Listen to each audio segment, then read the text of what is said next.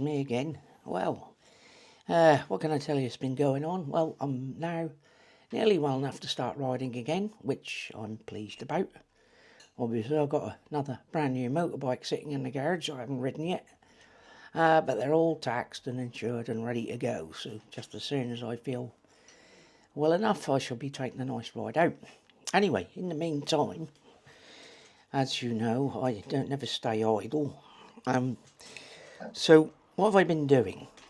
Well, first of all, thanks to David Wheeler at the Bingley Wiener channel and his advice, I first of all I got hold of a Garmin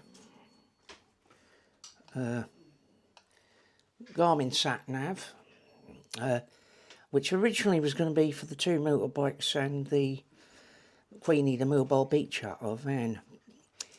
But this is such an easy unit to use, and my wife Jackie has gotten used to it now. We use it almost exclusively in the van, and as it came with a nice car mounting kit as well in the box, we tried it out on that first, and I bought a static dashboard mount for it, so that works very nicely. And for what we use the van for, it's absolutely ideal. So it's a very nice piece of kit, but it's also very expensive. Anyway, from that point of view, it's a good piece of kit, but as I say, quite expensive. But anyway, the thing was obviously that then meant I wanted to have something to mount on the bikes. And then I looked at the Beeline Mark II. The new version, I found out from Nick on the really good video he did on the Silver Fox channel, Silver Fox Travels. I got one of these. So it's the Beeline Moto 2, which is easy mount. This has this is an aftermarket mount that you can get from Beeline, but in actual fact it comes like that, and there's a universal mount you can use on handlebars and things for it. And when it's not being used as a sat nav, it makes a nice little clock.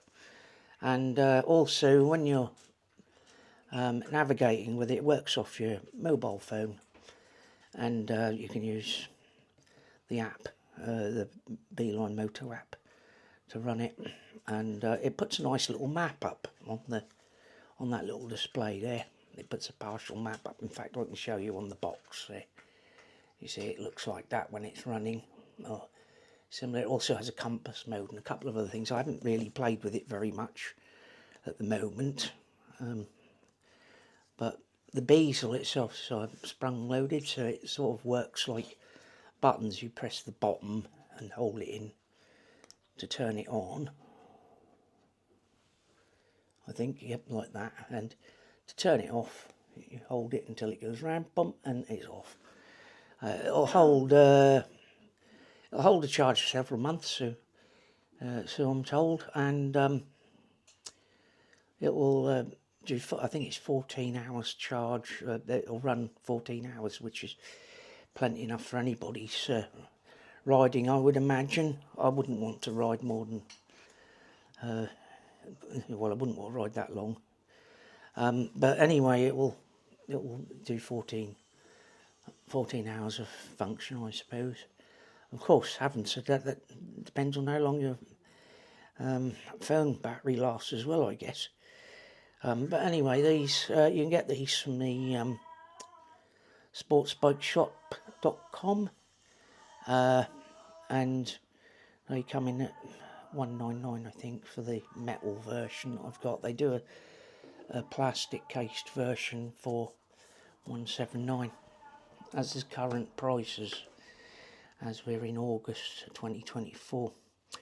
The Garmin, considerably more money, and as I say, I bought that. But then I thought to myself, in my Forza, I wanted something a bit different, because you see, the CL500, this will fit perfectly, because conventional, it's all conventional handlebars and such like, and so you can use conventional mounts and things. I think I've got to mount this one actually inside a little fly screen that I've got next to the speedometer, so the setup will be very similar to the Royal Enfield's Tripper speedometer, and then beeline next to it. I'm still got to fiddle around in the garage to do that. And that brings me to why I'm actually here on the hobby table shooting this. It's because just lately, every time I've gone in the garage or in the conservatory, it's been so hot that my my camera's shut down, which is really annoying. You know, and it's taken me sort of like several attempts to get my last video out, and I didn't want to mess around like that again today. So instead, I had to contend with the cat throwing up, neighbour using power tools, and various other things that stopped me from recording up till this point. Fortunately, the cat's now gone upstairs for a nap and has finished honking up grass all over the carpet. The neighbour is still using power tools over there, as I'm sure you can hear, but there's nothing I can do about that. I'm starting to feel like Stuart Fillingham now. If you watch his channel, you'll get the reference. Anyway, the other thing I've got is a nice cup of coffee. Sponsored by Nescafe. I wish. I'm still not mulletised, of course, but I'm not really worried about that, to be perfectly honest. Of course, it would be nice if I got sent all these gadgets, but I don't. I bought them out of my own money. So there you go. Anyway, there I was thinking to myself, well, what can I do with the Forza? The Forza, as you know, has got a nice, being the 23-24 model, has got a nice analogue speedometer and a nice analogue rev counter, and then some digital stuff in the middle, which gives you your trips and various bits and your fuel and such like. And so I did. I looked at a couple of things and I settled on the Chiggy. I have actually set that up. I haven't fitted it to the bike yet, but I've actually done all the tethering to the mobile phone and all the rest. I tried it out yesterday. It does hands-free phone calling, it does music streaming, and more importantly, I can use Google Maps with it. And with Google Maps, I can do things like put in restaurants and museums and whatever else we might want to visit. You know, and tell it to put these things on the map, and we can decide where we go. And more importantly, it can all be done on the touch screen while you leave your phone in your pocket, because there's no way I want my very expensive iPhone to be mounted on the bike, where it will get vibrated to death and ruin the camera and all the other things people reckon happens to them. And quite honestly, if it rains, of course you can get water into the jack plugs and all sorts of things, so there's something I'd rather not do. But the iPhone is very good at tethering to other devices and works very well, and I saw a lot of videos on this Chiggy AI05, the play version. That's the one that doesn't come with the cameras and things, because I didn't need them. What it does come with is a mounting bracket, which in my case I'm not actually going to use, because I've just fitted a sat-nav bar onto the Forza to mount it properly. So I got another mounting, a sat-nav bar mounting from Chiggy to fit this, and in fact I'll have a quick look at it, shall we?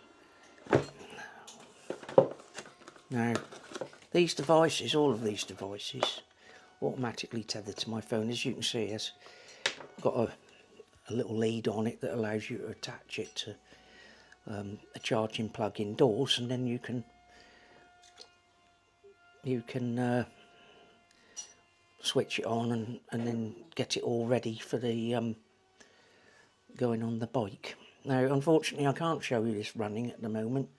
I can show you the alternative mounting I got, which will allow me to put it on the sat-nav rail, and it'll be nice and front and centre inside the windshield, safe from the elements, although this is actually waterproof apparently, and which was another requirement really. I wanted something that wasn't going to suffer from the weather. Obviously we get inclement weather, especially as I do a lot of my riding in the autumn and winter. Ironically, from most people's point of view, I don't actually find riding in hot summer sun very comfortable. In fact, I can't breathe properly a lot of the time, so we're now coming into the autumn and that's lovely. So I'm quite pleased about that. Anyway, so that's three separate nav systems. One, as I say, is going on the van. One's going on the CL500, that'll be the B-line. And the Chiggy will be on the Forza, as the Forza is supposed to be sort of short and medium distance touring machine for Jack and I when we don't want to take the van. So I've got the thing, I've got it all covered. All three devices will tether to my phone automatically, so whichever one I switch on tethers, and you know, and that all works nicely. It all works really well. Obviously they've all been up to date with their you know, with their patch updates and stuff, so they're all up to date, ready to go. I'm just waiting for the spanner Yeti to come and help me put this on the Forza, because we've got to run that lead that's on there. That's just for plugging it in indoors to set it up. There is another lead that has to be run through the bike and up to a battery and possibly relays and stuff like that, and I'm not entirely confident of doing that on my own, so I'm waiting for a bit of help with that. But as it's not a hurry, it's not a problem, because if I have to, I can always mount this on the sat-nav bar on the Forza and use that instead until I get this one sorted out. But by all accounts and what I've seen of the Chiggy, it works very, very well for what it is. You can also add, as I say, they do a version of it with front and rear cameras if you want dash cams. I don't want that because I've got enough blooming cameras to mess about with as it is, so I don't need a dash cam or a tail cam. Anyway, tail cam just shows me where I've been, not where I'm going. So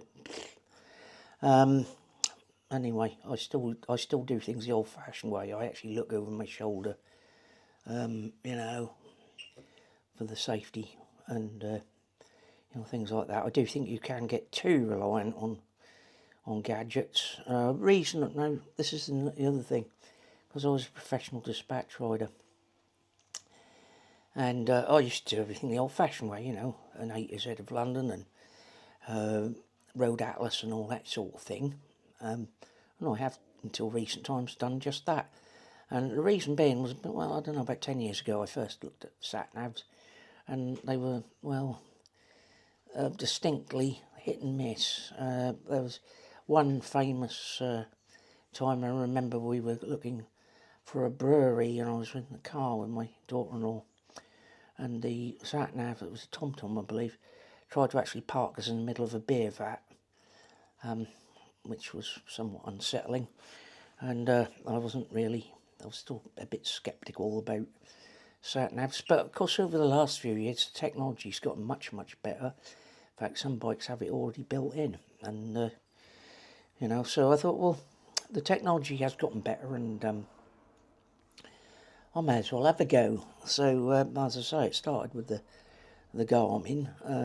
As I say, David Wheeler uses one, and he sent me a link and whatnot, and I looked into it and I thought, yeah, actually that worked nicely. And as I say, for the most part, it works really well for what we need it to do. So that's nice. It tells you about speed traps and roadworks and all sorts of stuff.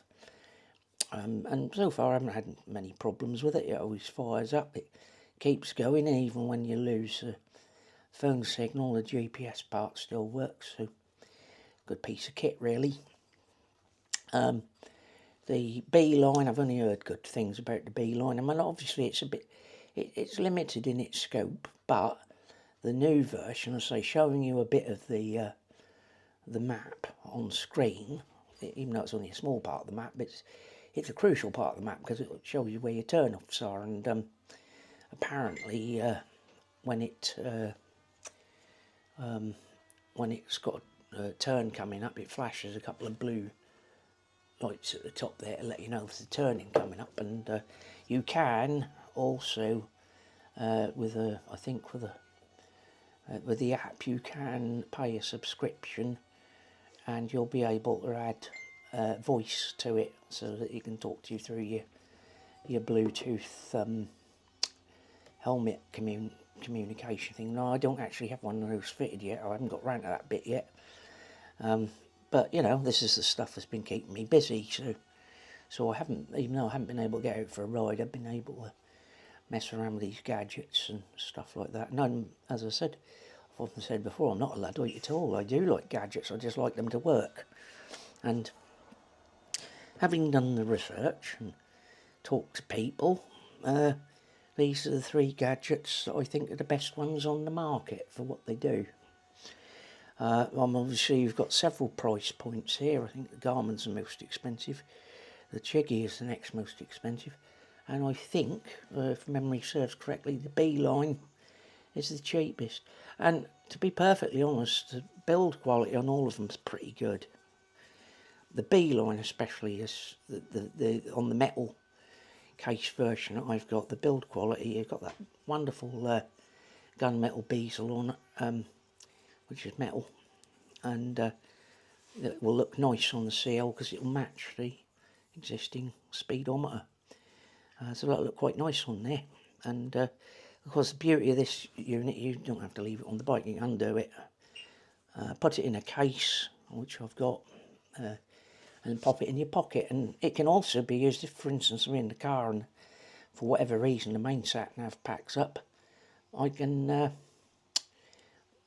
get it out of my pocket and continue navving with that. So that's a handy extra thing to be able to do with that. The Garmin is a bit of a pain in the bum because I can't leave it in the car, you know. So I have to keep it with me when we get out of the car. I have to take it off and shove it in a pocket. I've actually got to get got to get a case for it really, to stop it, you know, so it doesn't get scratched and whatnot. And it is a bit of a nuisance because it's quite a large. Yeah, it's 5 inch by 2.5 inch, I think. Was it 3 inch? Anyway, it's needs a large pocket, which is great if I'm wearing my Barber International jacket, because it has actually got a map pocket, which that'll fit in nicely. But from that point of view, you know, a bit of a pain in the bum, but there you go. The problem with the Garmin, of course, is it does actually keep some data on it, which, you know, where you've been, where you're going, and all the rest of it, which you might not want anybody who nicked it to find out. So there is that.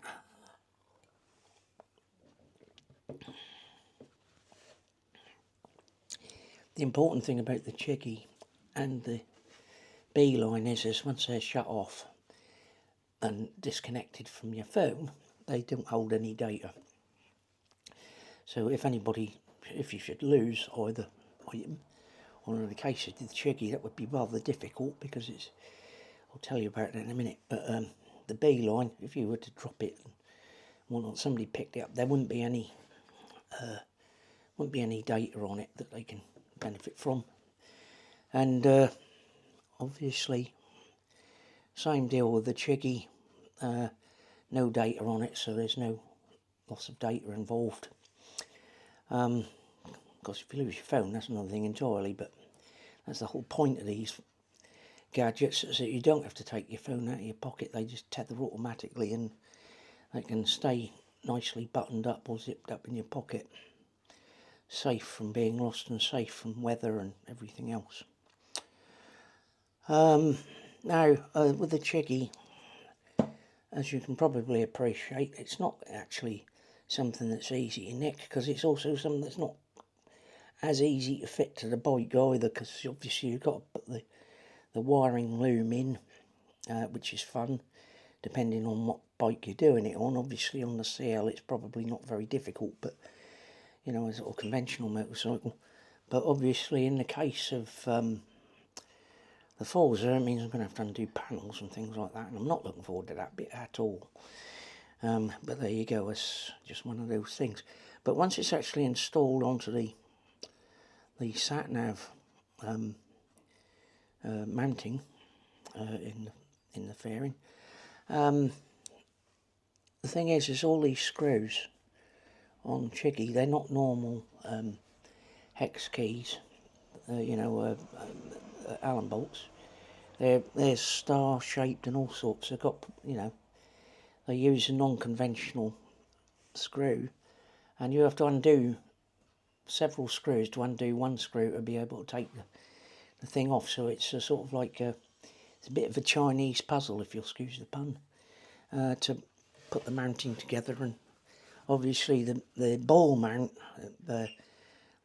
it has is usually fitted when you get it, but as I'm not using the ball mount, I hate ball mounts, take up too much space for a start, and I don't like all that extra bracketry and nonsense.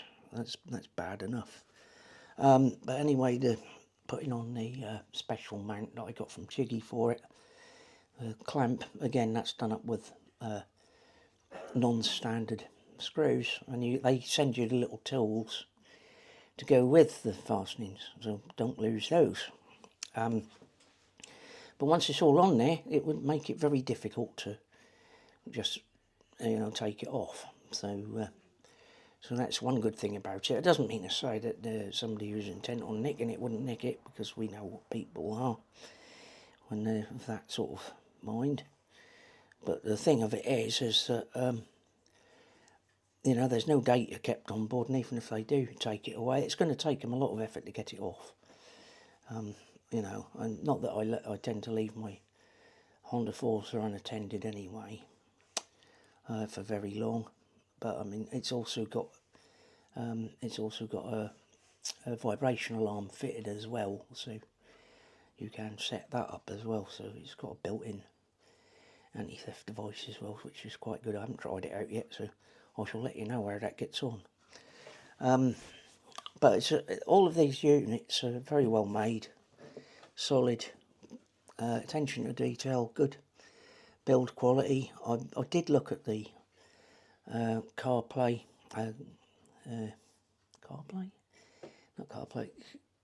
Carpuride, that's it, Carpuride. I looked at those, but I wasn't impressed as much with the build quality on that one, and that's why I decided to go with the Chiggy. And the general consensus is that the Chiggy is very well made, and you know, it does feel like a quality item. The packaging is very quality, and you know, you feel like you've got something solid. And the same with the B-line. It's a beautifully made piece of kit and feels good in hand and whatnot. And you know, pretty much the Garmin was pretty much what I expected.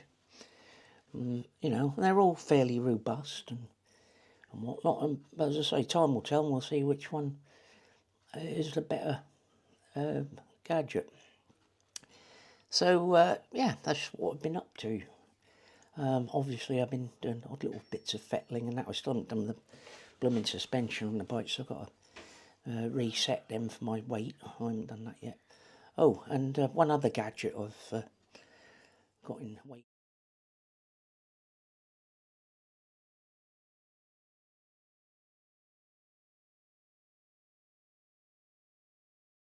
Yep, anyway, it overheated slightly again, so I shall sign off by saying keep both hands on the handlebars at all times unless you're giving hand signals. Keep both wheels on the tarmac unless you're going off-road. And most importantly, be kind. Anyway, I shall catch you on the next one, all going well. And hopefully I might actually get out on the bike, which would be nice. Anyway, look after yourselves. Bye-bye.